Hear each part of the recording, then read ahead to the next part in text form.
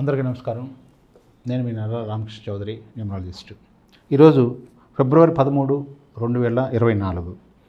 ఈ తేదీ వచ్చేసరికి మీరు రాహుకు సంబంధించింది, బుధుడికి సంబంధించిన గ్రహ ప్రభావం ఎక్కువగా ఉంటుంది.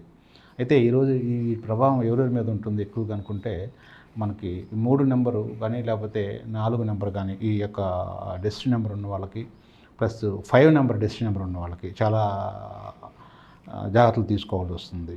ప్లస్ ఇంకోటి ఏంటంటే ఈ యొక్క రాహు బుధుడు ప్రభావం వల్ల ఏమవుతుందంటే కొన్ని పనులు చేయాలంటే సులువుగా చేయాలంటే మాత్రం అంత తేలికైన విషయం కాదు. చాలా ధైర్యం కావాలి.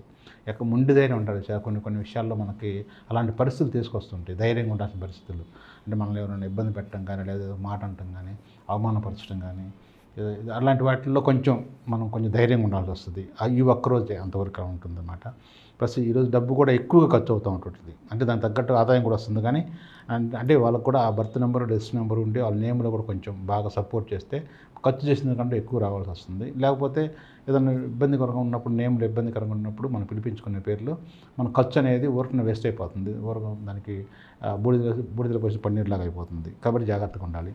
పెద్ద పెద్ద ప్రణాళికలు, గొప్ప గొప్ప లక్ష్యాలు చేసుకునే వాళ్ళకి మాత్రం ఈరోజు చాలా అద్భుతంగా ఉంటుంది.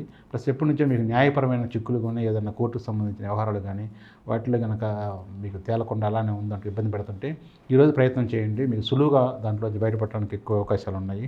పోతే మీరు ఇప్పుడు ఉదయాన్నే వచ్చేసరికి ఈరోజు అయ్యప్ప స్వామి దేవాలయాన్ని మీరు టెంపుల్ని దర్శించారంటే చాలా అద్భుతంగా ఉంటుంది. చాలా మీకు అయ్యప్ప స్వామి వైబ్రేషన్స్ అనేది మీ మీద బాగా పనిచేస్తుంటాయి. లేకపోతే ఈరోజు వచ్చేసరికి మీరు అప్పు కనుక ఎవరికైనా మనీ ట్రాన్స్ఫర్ చేస్తుంటారు, అప్పు తీసుకోవాల్సి వచ్చినా, అప్పు ఇవ్వాల్సి వచ్చినా మీరు వచ్చేసరికి 11 to 12 ఈ సమయంలో మాత్రం మీరు పూర్తిగా అవాయిడ్ చేయండి. ఎవరికి ఇవ్వద్దు, ఎవరి దగ్గర తీసుకోవద్దు. అదే రకంగా సాయంత్రం 6 to 7 కూడా మీరు అవాయిడ్ చేయండి. ఇకపోతే మీరు పేమెంట్ చేయాల్సి వస్తే ఎవరికైనా డబ్బులు కనుక ఇవ్వాల్సి వచ్చినట్టయితే ఈ యొక్క మధ్యాహ్నం 1 to 2 కానీ, లేదా 8 to 9 కానీ, ఈవినింగ్ 8 to 9 కానీ ఈ సమయంలో కనుక మీ డబ్బులు కనుక ఇచ్చినట్టయితే మీరు మీ జీవితంలో ఎప్పుడు కూడా మీకు రుణాలు తీసుకోవడం అనేది మీ జీవితంలో ఉండదు. మీరు పూర్తిగా డబ్బులు లేకపోయినా మీకు ఇవ్వాల్సిన కొద్దిగా జమ చేసినా కానీ రుణ విముక్తులు కావడానికి ఎక్కువ అవకాశాలు ఉన్నాయి. Thank you.